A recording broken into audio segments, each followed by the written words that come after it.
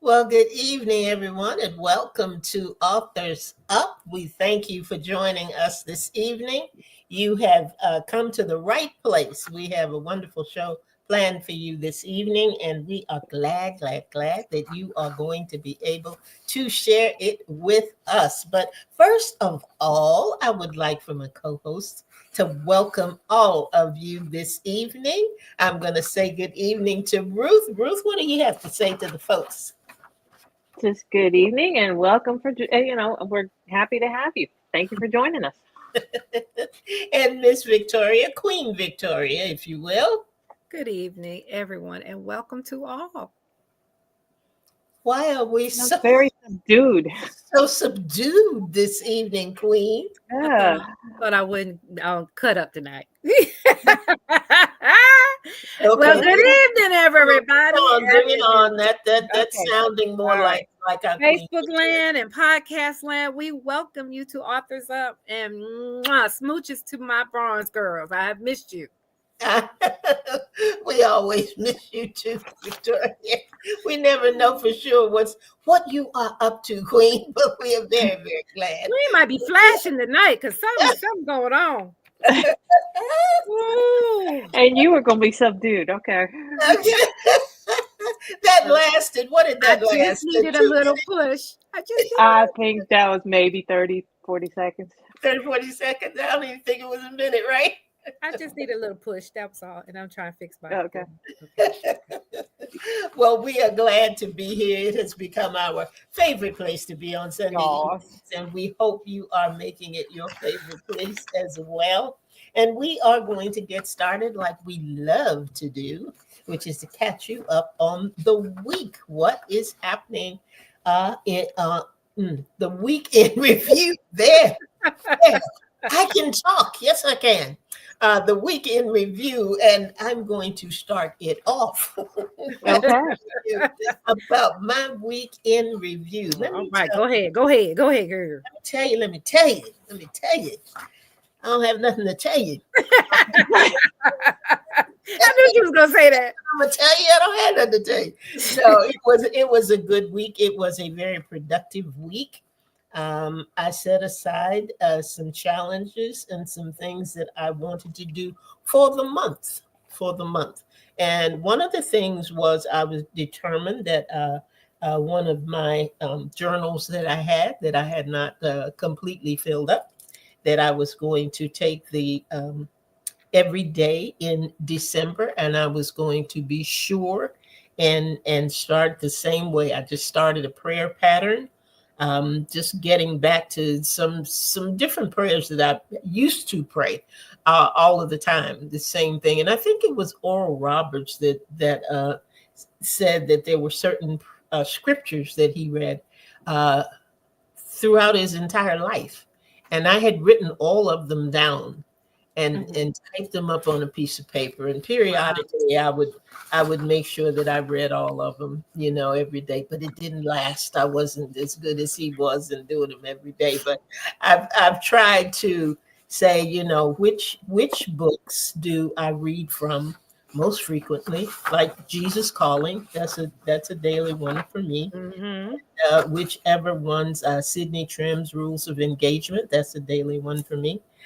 So I've been doing that every day and coming along pretty good until today. until today. I woke up at a very, very early time and turned on my phone. Mm. Done. It messed up my entire morning. And we had been talking about that, how that is one thing that you should not do if you're really going to be productive is do not pick up the phone. It's the first thing that you do.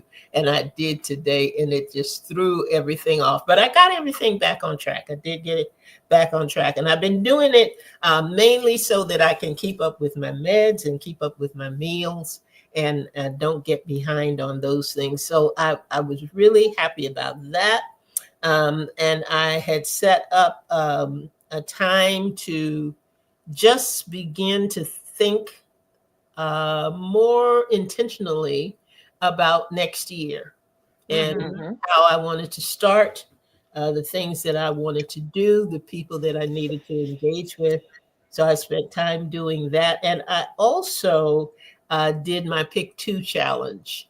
And that was to be, and we did it, I introduced it on 8 at 8. Okay. There are always things that we talk about. We want to be a blessing, you know, Mhm. be a blessing. I want to do this. I want to do that. And the challenge was to pick two. Pick a friend or somebody that you knew very well, and pick someone that you may not know at all, and do something kind. Just that simple. Do Wow. something kind. And it was born out of the fact that I think I hope I haven't shared this on this show before, but I had called someone and asked them to be a part of the prayer, Mhm. night prayer. And they said yes, they would do it. And I was so excited about it and yada, yada, yada. And I got off the phone and I thought, I didn't bother to ask how she was doing. Mm. And I felt so bad. And I called her back and I said, I am so sorry. I texted her. I said, I'm so sorry. But I neglected to ask how you were. How are you doing? I mean, really. And she was not doing well. Mm. And she was at a point where she didn't know whether she could even do the um, prayer because she was having heart problems and wasn't able Mm. well and all of this. But it wasn't something that she volunteered. But And she said had yes to the I prayer, asked, right? She had said she had I said not, yes to the prayer, right? yeah, she did. Oh And she wow. recorded it and she had sent it. Oh, So she was busy fulfilling her assignment yeah. of, Oh in wow. spite of. And I said, God, I've got to be more Intentional. intentional Mm-hmm. and more determined to make sure that I engage with people and find out how they are before I make any request of Yes. them at Right. all. Right.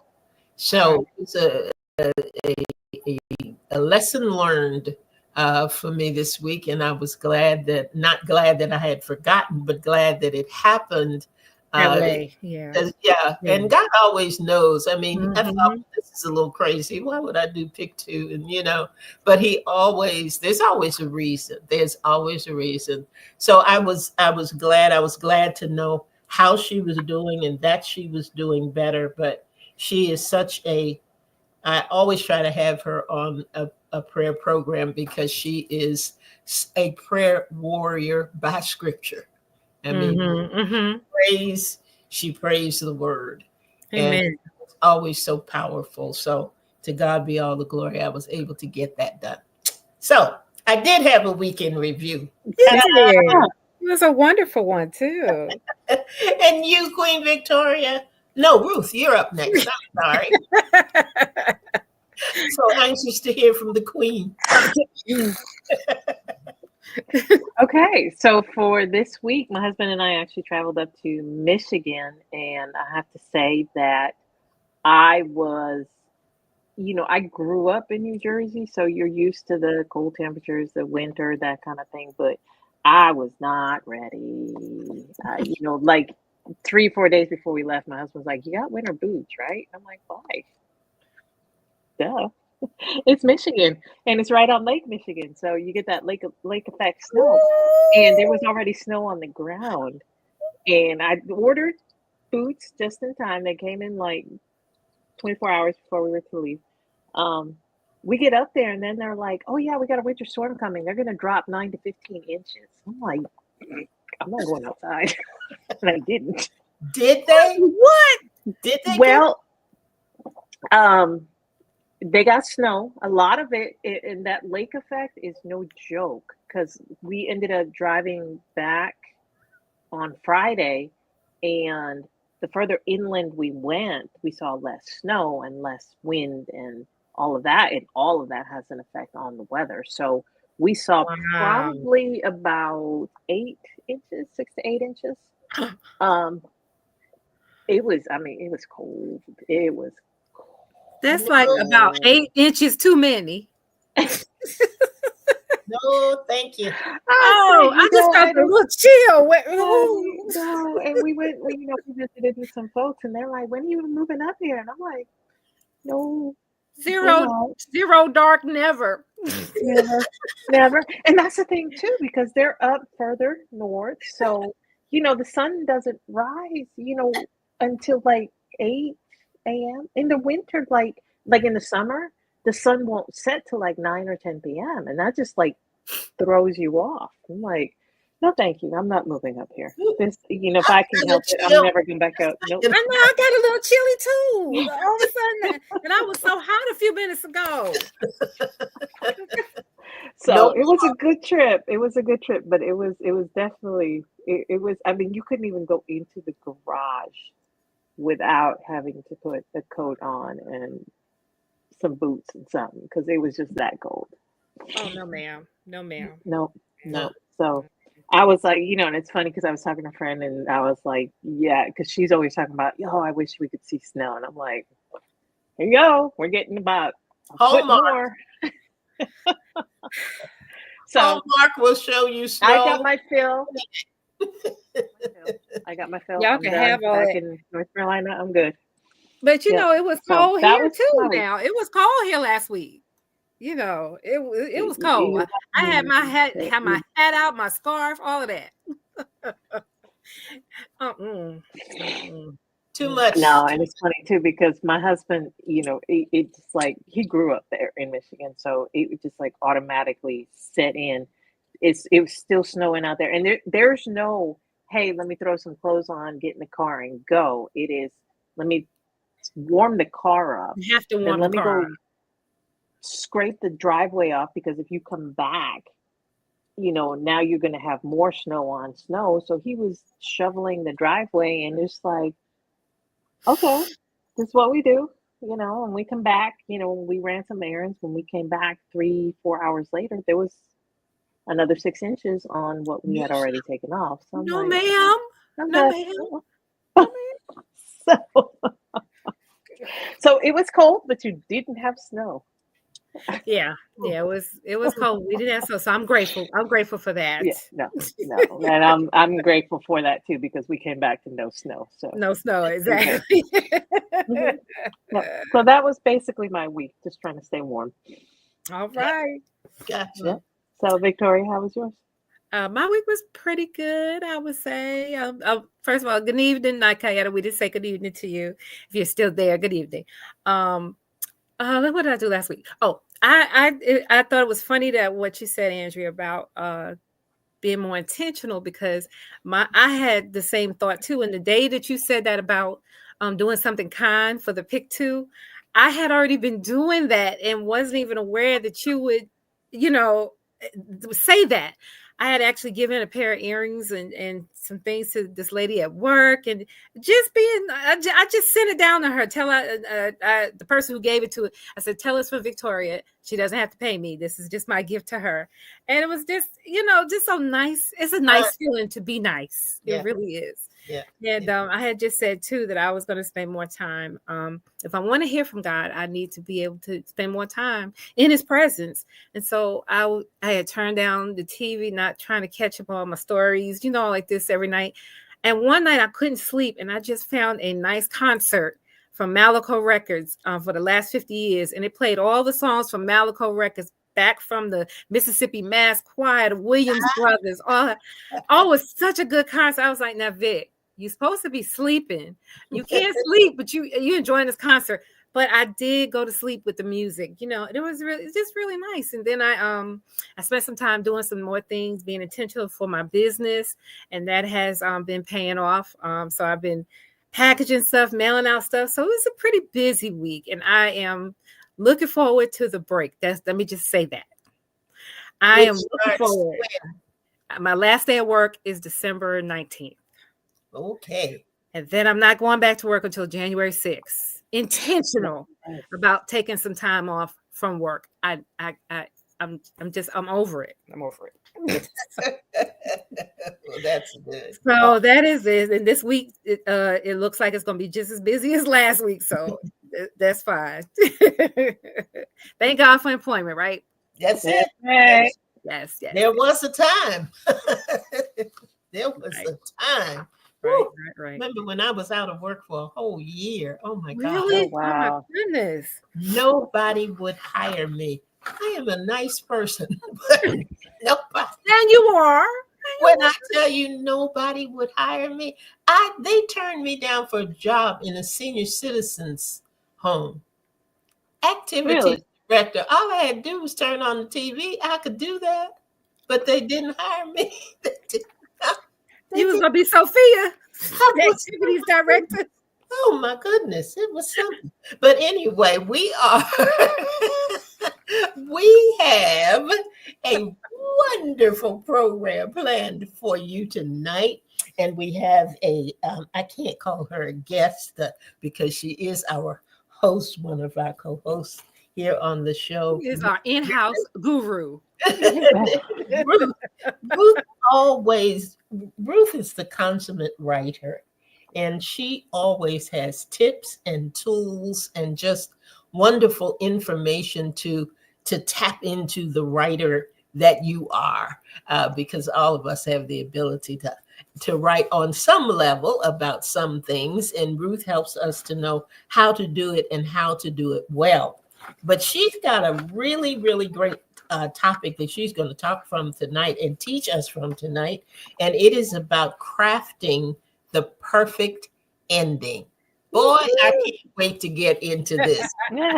She gave us some information about that first sentence that will pull you into whatever it is you are reading. And now she's going to tell us about that ending, that perfect ending.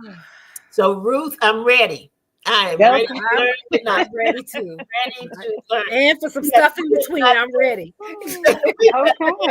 On the shelf that we have been waiting to pull down and finish. So you're going to help us get through it. So have at it, lady. The floor is yours. All right. Well, thank you for that introduction. And it reminded me that we were going to do a show or some kind of challenge on the first sentence.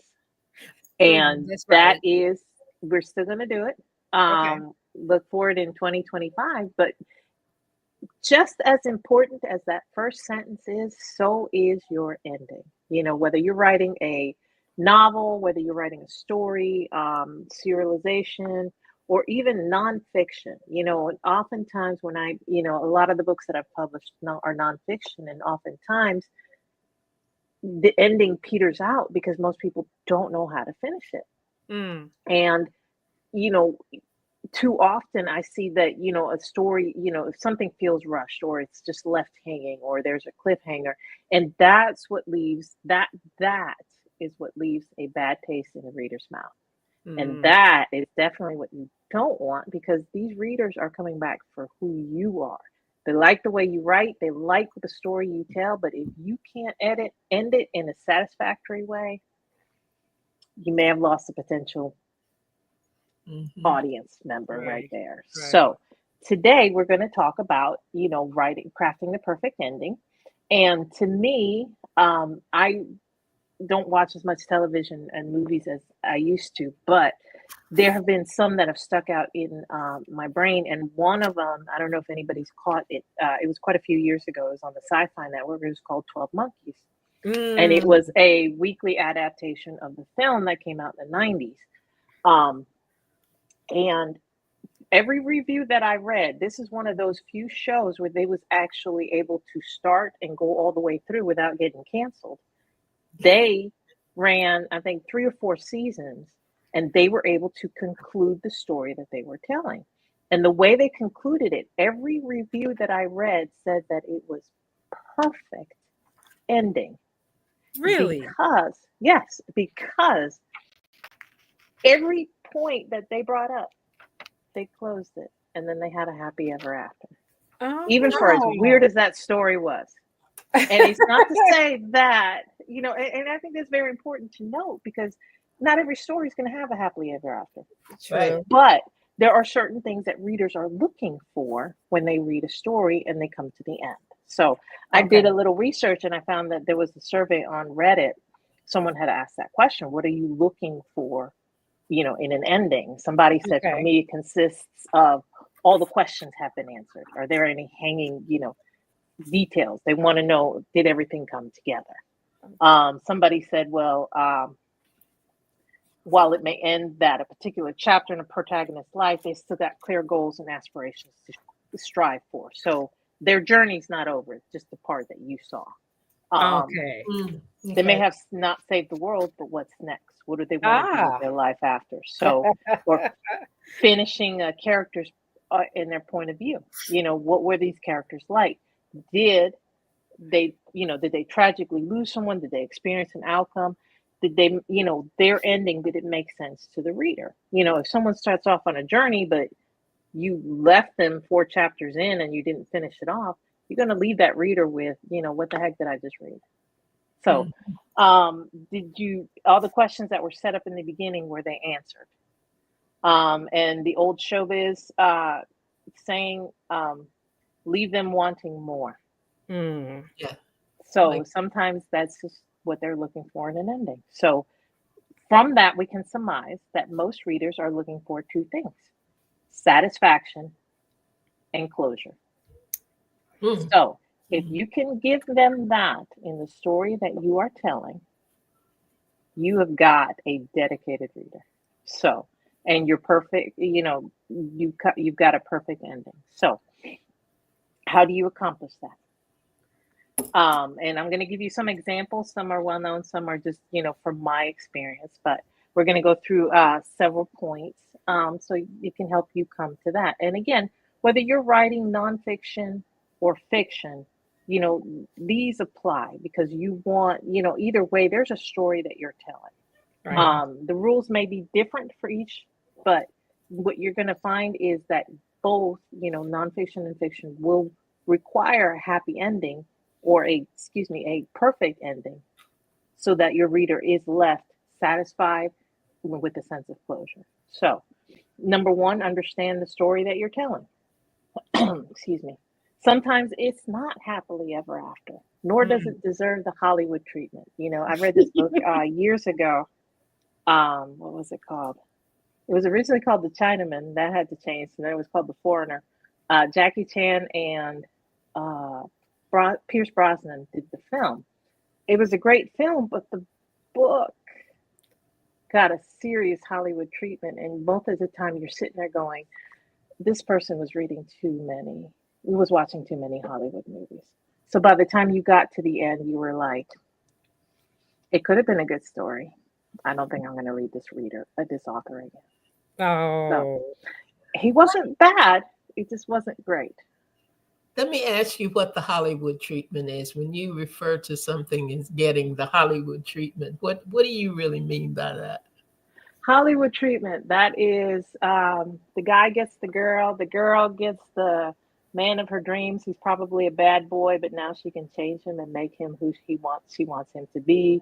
They end up maybe with 2.4 kids and a little white picket fence. Everybody lives happily ever after. It's all those things that just don't happen in real life. Yes. And I'm not going to tell you what this book was about, because it was one of those shameless romantic novels that I read, and it sounded interesting enough. Okay. And I didn't pay attention to the reviews. I read them, but I was like, it can't be that bad. And most of them said the story was great 85% of the way. When it got to the ending, Hmm. it was not good. And they were like, the author put herself in as a character, the author did this, the author did that. And I was like, well, it can't be that bad. And they were right. About 85%, the story was great. And you got to the end, you're like, what the heck? What the worst? This is terrible. And I went in and I wrote a review, and I was like, everybody else was right. Just make your own Oh. ending. Stop reading at this point and go to the end, because it was okay. Now, these two people, somehow we go from this woman being shot several times. She survives. She's now pregnant. And they both, the guy and the girl, end up with their own reality TV show. And I'm like, what reality does that happen? Right. So, It understanding didn't make story, sense. it did not make It makes sense. sense. The story needed a happily ever after, but it didn't need all of that. Okay. So not every story needs a Hollywood treatment. There have been many times that you go to the movies, though, and you sit there, and at the end, you look at whoever you went with, and you just say the popcorn was good. Yep. Yep. That's it. You're like, I'm glad we only pay matinee prices. I Right. get it. I understand I now. get it. And sometimes, you go in knowing what you're gonna get, Yeah. and that's fine. But if you want, again, we're looking for satisfaction and we're looking for closure. So Mhm. if you're not getting those, the ending was probably not Gotcha. perfect. So, Gotcha. and when we talk about nonfiction, again, the process is a little bit different. But again, think about the story you're trying to tell. Oftentimes I tell I tell my authors, for nonfiction, you are, you're basically repeating what you started in the beginning. You're saying, this is the point I was trying to make, and this is how I made it, and this, either, whatever you're trying to quote unquote sell them, or, share your story, that's what you're trying to reiterate. There isn't, you don't have to make a promise for anything. You don't have to do anything. I'm thinking of some self-help books and stuff like that. The thing is, no, this isn't going to be revolutionary. You're not going to now do six digits, now sell, multiple copies of your book, that kind of thing. You don't have to do that. Is your ending satisfactory? Is it bringing them closure? Did you set out to do what you wanted to do with the nonfiction book? If so, that is all you need. So, moving on to the next point, you plan the end from the beginning. So, most screenplays start with the end. If you understand, most movies are not shot chronological order. They shoot it the end and then go whatever the schedule is. My favorite film, The Long Kiss Goodnight. If you watch that, she starts off with long hair. At some point in the film, she cuts it. And it's not that they filmed it, it's not that they filmed it chronologically. It's that's how it was shot. It was shot with that ending in mind. Okay. That she had gone from being an amnesiac to understanding who she really was by the end. Okay. But they started off with that end in mind, so that by the time you get there, and again, that one did get a little bit of Hollywood treatment, but it was a Hollywood film. You were satisfied with it, though, because she saved the day. She saved Samuel L. Jackson. She killed the terrorists, and everybody lived happily ever after. And you were good with that, because she was kicking butt for 2 hours. So that's it. Yeah, I have seen that movie. That is a good movie. Yeah, that I will have to say is probably my favorite action movie ever, and mostly because it's got a female lead in it. So you gonna go maybe look that up tonight, watch it tonight. Oh, you'll enjoy it. I'll tell you what, you will. Yeah, I remember that movie. Yeah. So, but again, I think again some examples. Starting with one of the books I've read, Under the Oak Tree. The two protagonists. They start with. The point of this story is. Most fairy tales end with a wedding and a happily ever after. Right. And then they say, well, this isn't a fairy tale. So you have the two protagonists, the male and the female, who are separated by a war, and they are joined together, but it starts off with them reuniting. And then, 400 chapters later, it ends with them reuniting again. So, she started off, and the author did state later on that she added to it. But basically, in her mind, at the whole time, she was going to reunite them again, and the circumstances were going to be different. Because in the beginning, they didn't know who they were. They were not communicating. Nothing. But now they were, and they were different people 4 years later. So, again, start with your end in mind. Pace your story and start working towards that end to achieve the effect you want. Mhm. So, for instance, the serialization that I finished up earlier this year, initially I was just going to write it to a certain point because I was just doing practice for the serialization process. And then I realized I was telling an actual story. So Mhm. when I started writing, it was like, okay, well, what would these characters be like? Because again, it was fan fiction. What would these characters be like if they did this? So I just focused on their character. It was a character study. But then I realized there was a story that I wanted to tell. So I had to pace myself. So when I got to chapter 29, I was like, okay, what is the story for the rest of this? How am I going to tell it to move to the end that I knew? And again, this was something that I had already conjured at the end. So I knew I was going to end it the same way I started it, but now they were different people. So I had to pace myself, and I ended up adding 33 more chapters. So it's not like, oh, I know I'm going to get done in 10 Did you chapters. say 32? I ended Three. adding 32. So total there were Oh, added 3.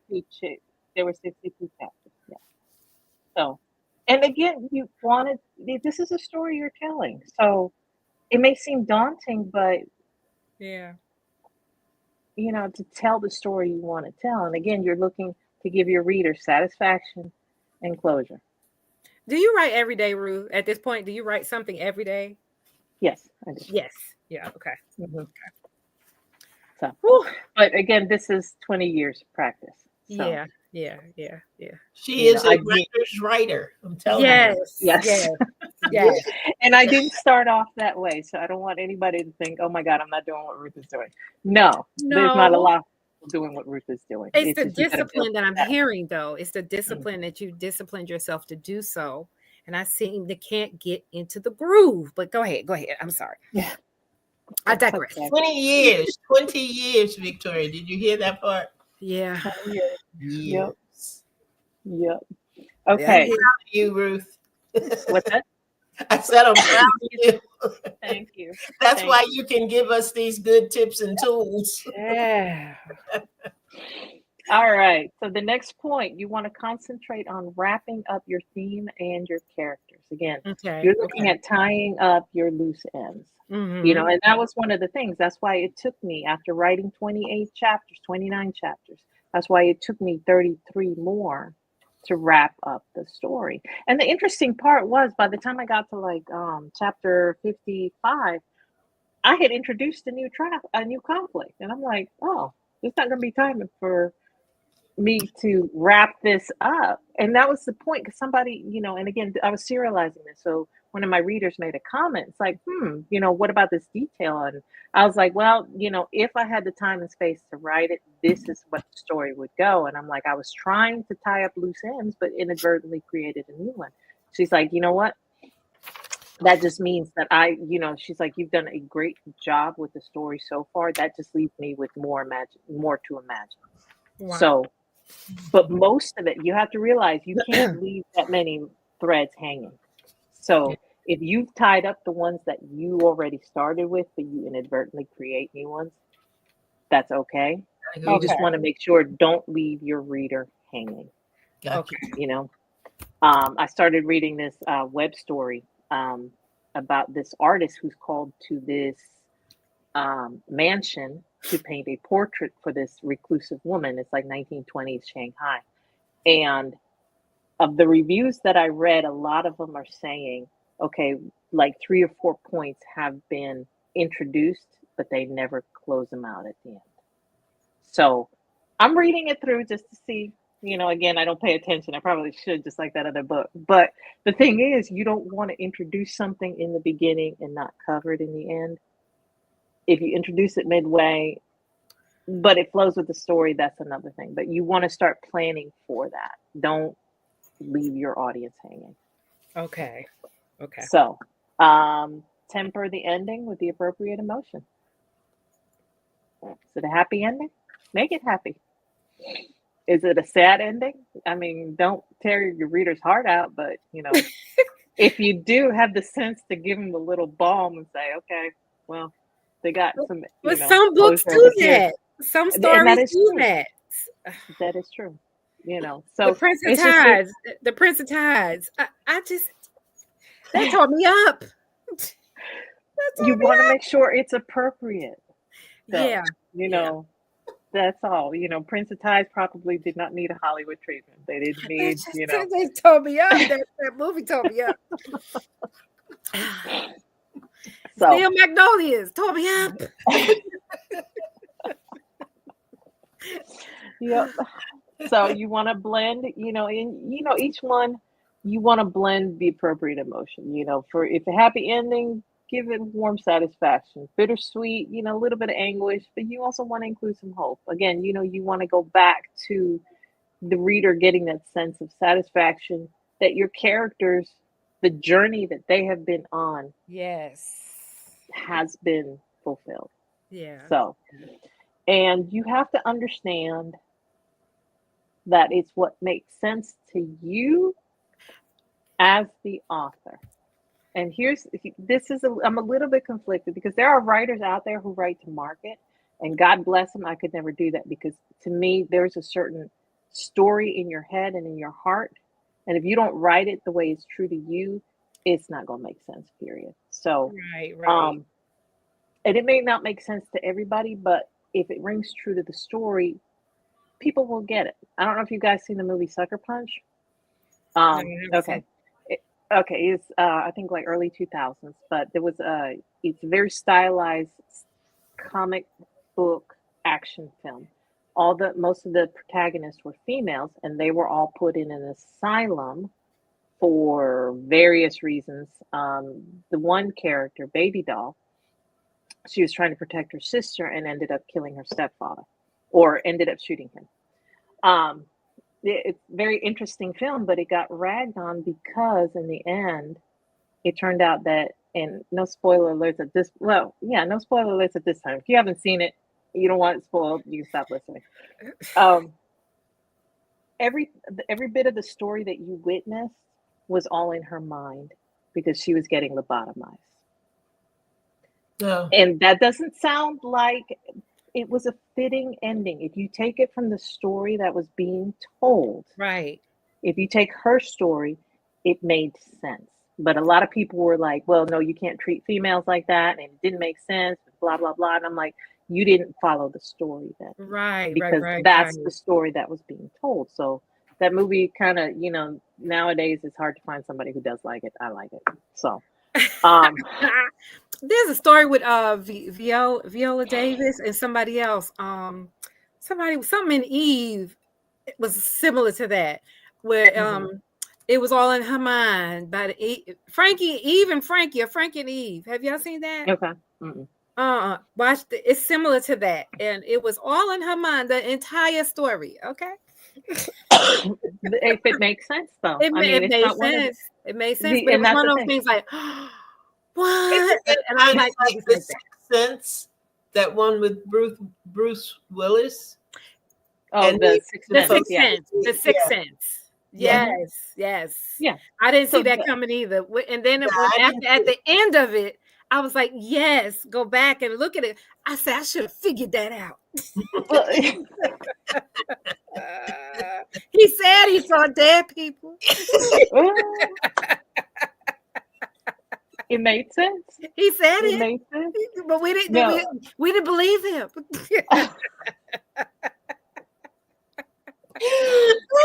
Right? He said, "I see dead people." He did. He just didn't know he was one of them. Right.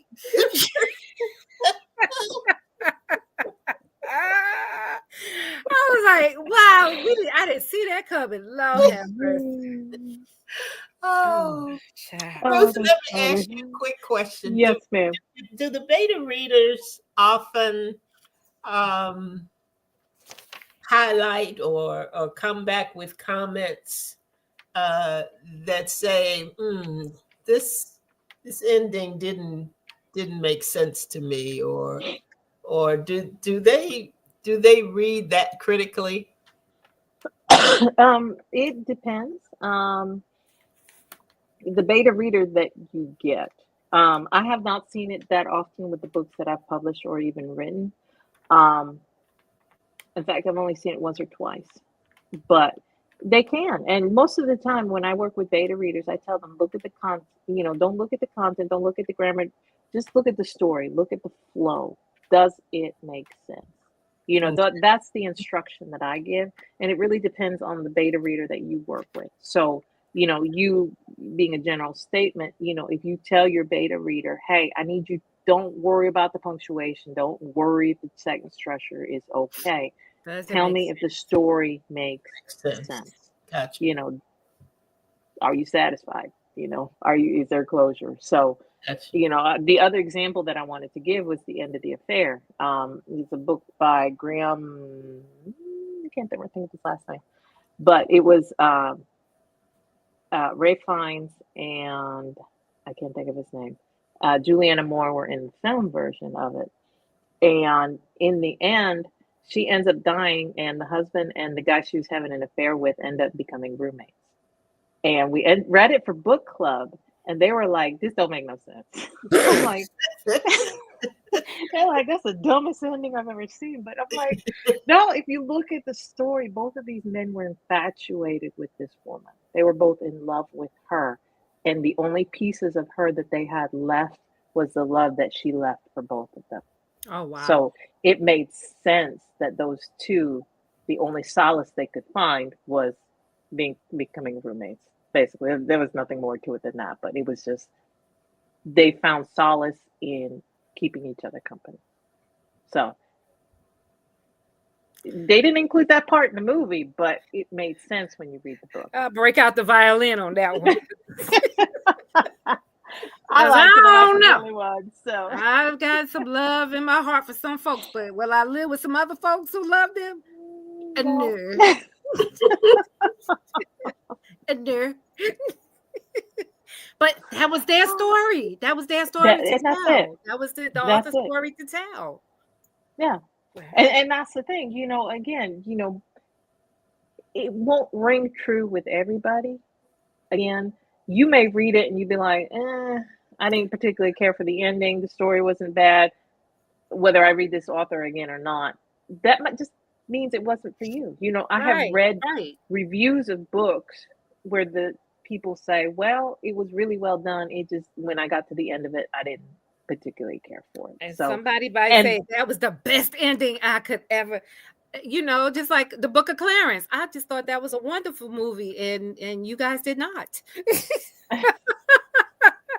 That movie made me cry. Wait a minute, the Book of Clarence? The Book of Clarence, that movie, yes. That movie touched me.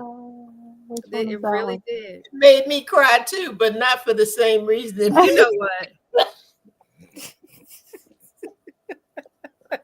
Not for everybody. Forgive us. Forgive us, people. Every now and then we just slide into the zone here. You didn't see what I see, but it just touched my heart, I tell you. But anyway, that's the thing. We don't write for everybody. We have an audience. And that's what we need to remember. So last point, we're already at time. Don't text your reader. Some things will be left unsaid. And my example for this was the Lord of the Rings films. Again, I thought it was well done. I've never read the book. I started to read the book. It was too much for me. I got like 150 pages in and they never left the Shire. And I'm like, this is taking I need the Cliff Notes version. But in the film, they had 3 endings. 3 endings. they had to say goodbye to Frodo and Bilbo. Bilbo Baggins. Then they had to say goodbye to the king and the queen, and then it was like, okay, oh goodness, we still have to say goodbye to everybody else. It's like, okay, this is too much, and it took Bye, like y'all. 30 minutes. It's like, okay, the film is already 4 hours long. I know. I needed you to say goodbye 30 minutes ago. So don't tax your readers. Just, And that's a thick book, ain't it? That's a thick book, and I couldn't read that. Yeah, No, I need a Cliff Notes version on that one too.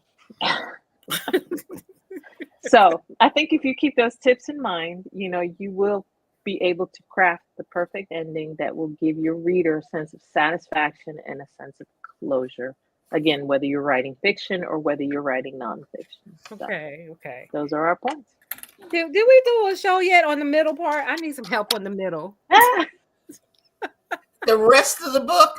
I got the beginning and I got the ending. I need the middle. I need the middle. Help her. I need how to kind of connect all the dots. I need some help. Sounds like you need to start with the dots. I don't think the dots are there, which is part of the problem.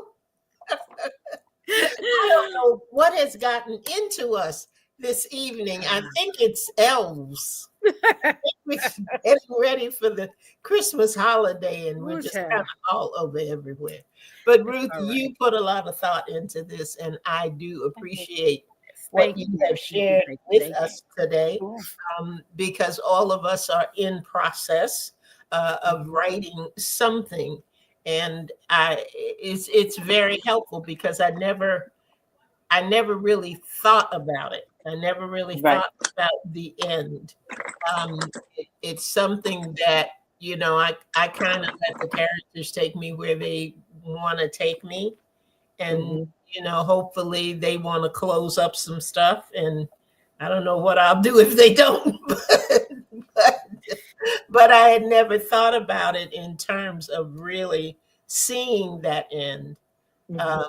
When I began, when I started the story. And I think it would have been near the end, or when we were in the editing phase of going back and looking at it, when I started really putting some notes down and thinking, wait a minute, I didn't finish with this character. I didn't finish saying why they were there or what their purpose was and what their relevance was to the story. Now, if I had done that in the beginning, I probably wouldn't have met with some of the challenges that I met with when I came near the end. But as I said, you always have the right words and the right way to lead us out of those dark we get out of sometimes. So thank you very much, Ruth. You're welcome. Muriel Griffin is at it again, and we thank you. We appreciate you for You're welcome. giving us that information. So we don't have to say how we can get in touch with you because we know how to find you. We know exactly you are. But tell our listeners and our viewers how they can get in touch with us. Yeah, absolutely. So you can find us on social media. You can follow us on Facebook, Instagram, YouTube. Just search for Authors Up Show or Authors Up. So follow, like, subscribe, share us with others. You can catch a replay on Facebook on Saturday at 7 p.m. Or the show will be uploaded to YouTube and podcast by midweek. So you can take us with you wherever you go. Also, you can email us at authorsup@gmail.com with questions, or if you're interested on how to become learning more on how to become a guest, or you just want to share your thoughts with us, we're happy to get the email. So that's authorsup@gmail.com. Very good, very good. And I think our show, I want to say the show on the 29th, I might be wrong, but I think that's the show where we're going to talk about what's coming in 2025. I think that's the one. So on the 22nd, yes. 20 is the 22nd? Yes. Okay. All righty. It's the 22nd. Put that on your calendar, and I obviously need to put it on mine because I thought it was the other week. Excuse me. But you definitely want to stop by that night so you'll know what's ahead. The things we got some exciting things going on in 2025, and I am really, really looking forward to them and looking forward to sharing them with you. So keep us on your calendar. Keep thinking about us. Keep being prepared to join us and Yes. come back and see, because you like tonight, you never know what's going to happen when you tune into Authors Up. And we're just Very glad true. you're with us tonight. Thank you, Nakayeta and Joe Thurn Smith, Dawn Smith. Okay, thank you for being with us. Thank you, Linda. Glad that you stopped by. And be sure that if you don't, watch the replay. Sometimes share this. You know an author, you know someone who is writing and who could use some really, really good information or hear Right. from other authors out there. Be sure to tell them to join us on Sunday evenings at 7 p.m. So that's it for us for tonight. Thank you for joining, and thank you, ladies, for being here. We're glad to have a full house of authors tonight and hosts. Yes, that's it. That is it. That's it. So take care, Good night, everybody. guys. Hopefully we'll see you next week right here, 7 p.m. for Authors Up. Good Good night, night, Monster. everybody. Good Good night. night.